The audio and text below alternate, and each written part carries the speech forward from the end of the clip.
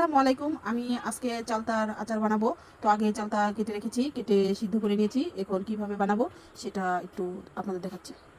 এখন চালতা কড়াইতে দিয়ে দিলাম। তো তারপরে চিনি দিয়ে দিব।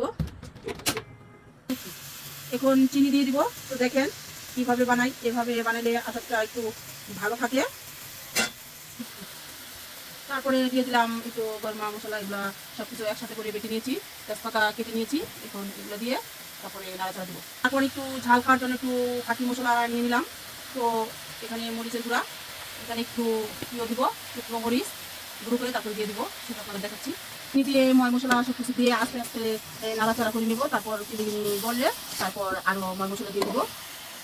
মরিচ আমি আলাদা করে ভেজে নিতেছি, এগুলো গুঁড়ো করে তারপরে দিয়ে দেবো। ঝালটাকে নিয়ে ভালো করে জাল করে নিয়েছি।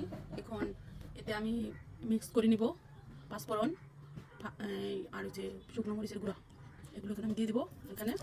তারপরে ভালো করে জাল দিয়ে দেবো। দেখো ভালো করে নাড়াচাড়া দিয়ে জাল হচ্ছে।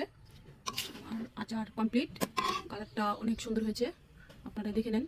এভাবে আপনারা চালতার আচার তৈরি করবেন, খেতে খুব ভালো লাগবে। দেখো আমার আচার কমপ্লিট। এখন ফ্রিজে রেখে দেবো, তারপর আস্তে আস্তে খাবো। আচার কমপ্লিট।